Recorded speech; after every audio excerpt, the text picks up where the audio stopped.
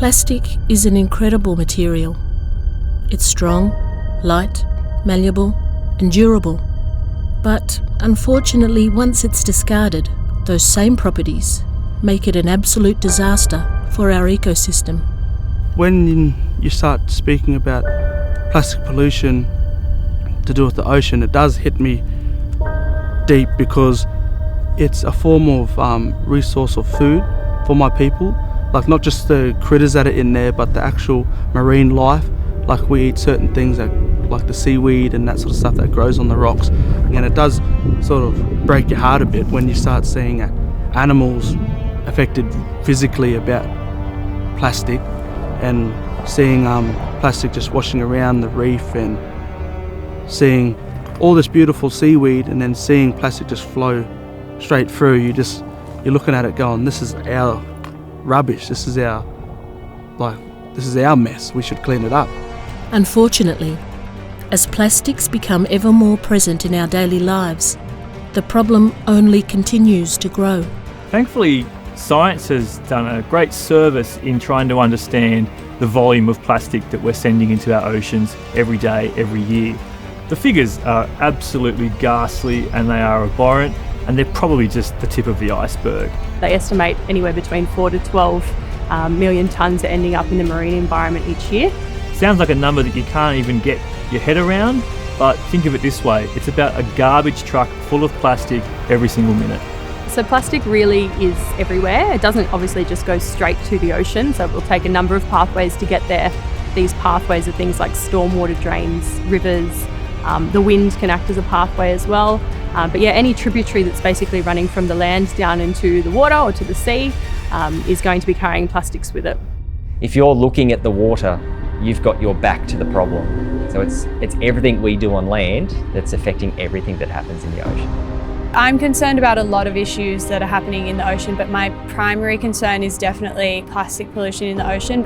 1 million marine animals each year starve to death because of ocean plastics.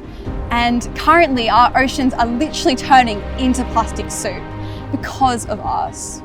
Think about the population of sea turtles around the world and seabirds that are suffering hugely from something like a helium balloon. So someone has been there and had a momentary release, whether it's joy or grieving, and watched that helium balloon lift up into the sky, only to not quite realise that everything that goes up must come down, and quite often that item is going to come down in the ocean where an innocent sea turtle will digest it thinking it's a jellyfish, or a seabird will become entangled in it. It's just a devastating realisation of how disconnected we can be. Plastics are being found in all sorts of our organisms. So I think last count there was over 690 different marine species that already have plastic within their guts. And that's from all levels of the food chain, including foods that humans eat.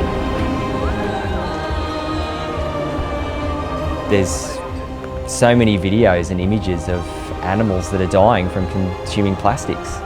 And they're the things that we can see, that we know about. Then there's these other issues that could be happening, especially from microplastics, that we can't see. What are the flow-on effects? Are they in the sediment? Are they in the water? If plankton eat them, does it pass to the fish and then to bigger fish and to sharks and to humans? Those things we haven't sorted out yet. If you think about seawater, when we jump in, we tend to sink. And what happens to plastic is when plastic jumps in or does enter the ocean, it will either float or it'll sink depending on its comparative density. So the most common plastics that we use, which are our polyolefins, so polystyrene, which is a lot of our takeaway, polyethylene, which is things like our plastic bags, and polypropylene, which is another majorly produced plastic, will tend to float. They are less dense than seawater. But things like PVC and PET, so it's our plastic water bottles, and polyamide as well, which is a textile, they'll tend to sink and sort of be incorporated in the sediments. And then you've also got other ageing and weathering influence, I guess. So you've got the sun and other organisms that could interact with the plastics. So they are constantly changing, and as well as that, you've got the currents and wave action and those sorts of things. So they're really everywhere. Something that people don't really think about, and I certainly didn't think about until I started studying in this field, was that there's actually estimated to be a lot of plastic in the atmosphere. I think as we start to understand more and more now about the volume of the plastic we can see, we're then also starting to think about, well, what about all the stuff that we can't see? The invisible micro and nanoplastic that's not just coming from the textiles that we wash that are made of plastic, the carpets that we walk on daily, shedding tiny microfibers.